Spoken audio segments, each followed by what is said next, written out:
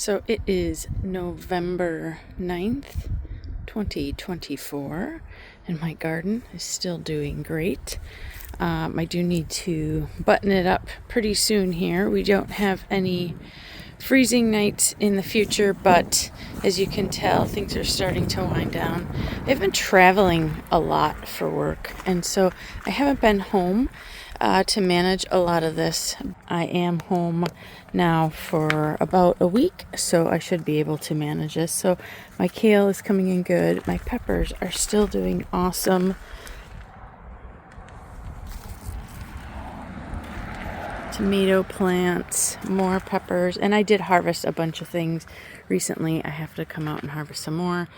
My Juliet tomatoes, these are my favorite type of cherry tomato. It's a grape tomato, but this is what I use and love. My favorite. It's a great size and it's a prolific producer. Great to make sun-dried tomatoes or just eat as is. More peppers. This is my giant Marconi. So this is a banana pepper plant. I got a really big flush of banana peppers from it in the beginning of the year, and then it just stopped producing. What I'm going to do with these pepper plants is I'm going to overwinter them.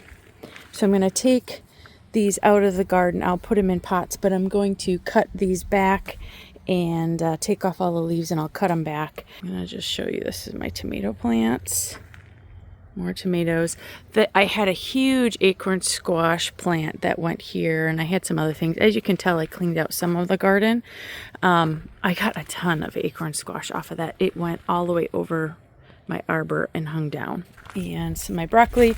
So if you didn't know, broccoli, you can cut it, and then it will just keep growing. So see, I cut it there, here, and then there.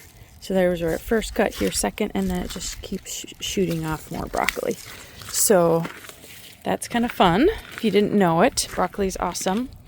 More jalapenos, my nasturtiums, parsley, cabbage, another cabbage.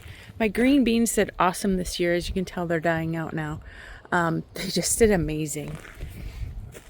Arugula, more tomatoes, more shishito peppers. I have so many shishito peppers. This year I had so many peppers. Anyways, for November, this is pretty amazing at how well this garden is doing.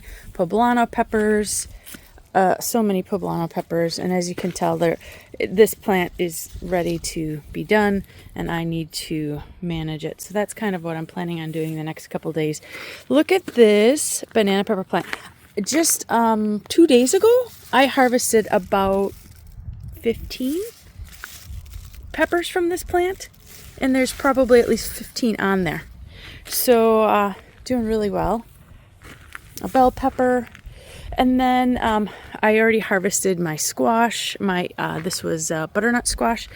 And then my Brussels sprouts are doing really well. I kind of tied some of them up to keep them straight. But and then I harvested a bunch of these lower ones already.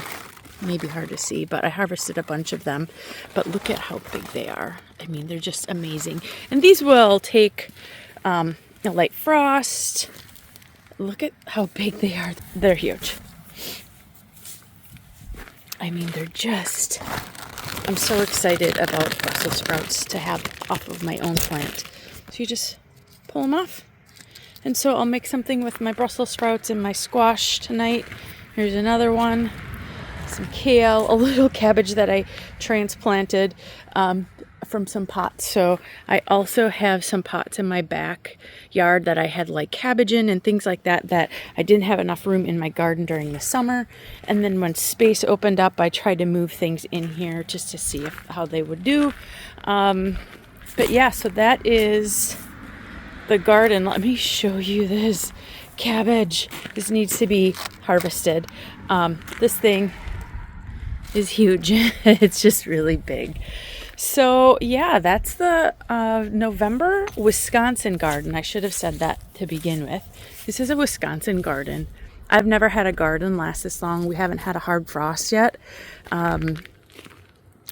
or any frost, I don't think. So just wanted to kind of give you guys a little bit of an update.